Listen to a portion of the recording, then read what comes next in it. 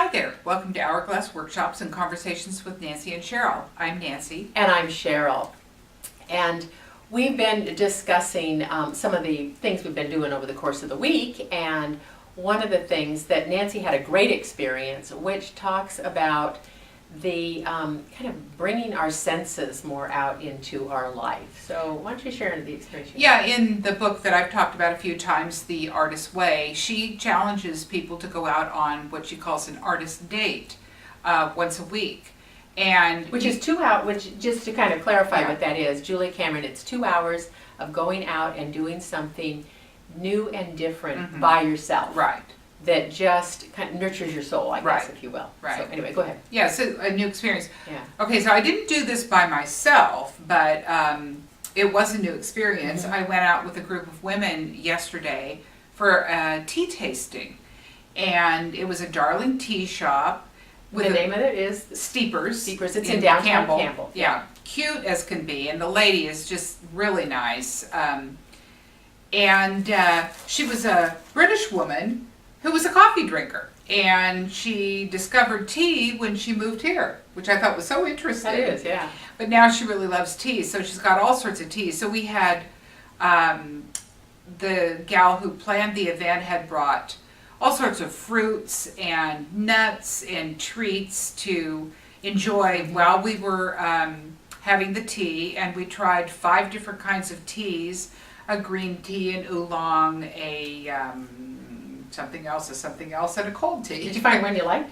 I did. Okay. Yeah, and I'm not a tea drinker, but she made an iced tea that was like a fruity iced tea. It was really good. So I bought some of that, and I didn't try this, but it smelled wonderful. It actually was an English tea with lavender in it. Ooh. But what was so interesting was the blend of flavors, the smells. You could see the texture of the tea before and after it was boiled or not boiled, steeped, Hence steamers, steepers. yeah, steepers. Anyway, it was a fun experience, and it was something completely different that I would not have done on my own. Right. You know, Right. so it's fun to try something Yeah, like that. yeah. How about you?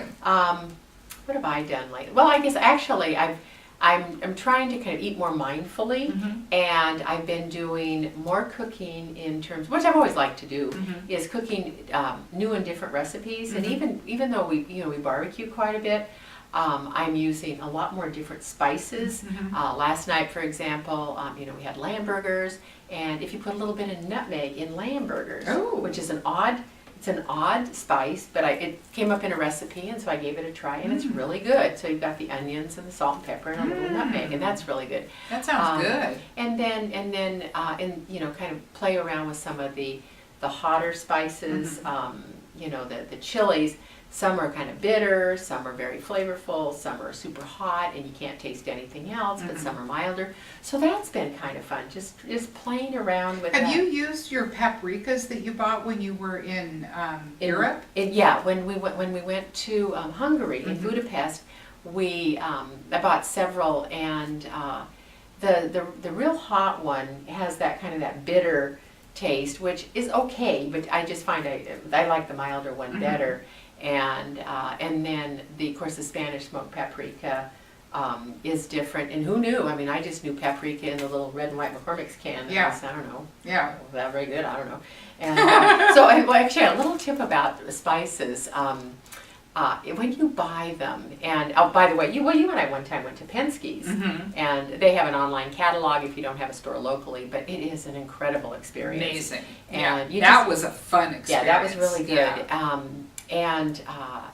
But date your spices when you buy them, Yeah. and don't buy the little tiny amounts. Don't buy the jumbo Costco Yeah. jars that last for 4 years, because spices only have a lifespan of a year. And you know what? Like they had 5 or 6 different kinds of cinnamon. Yes. And so we smelled each one, and I ended up getting a cinnamon from one of the provinces in China.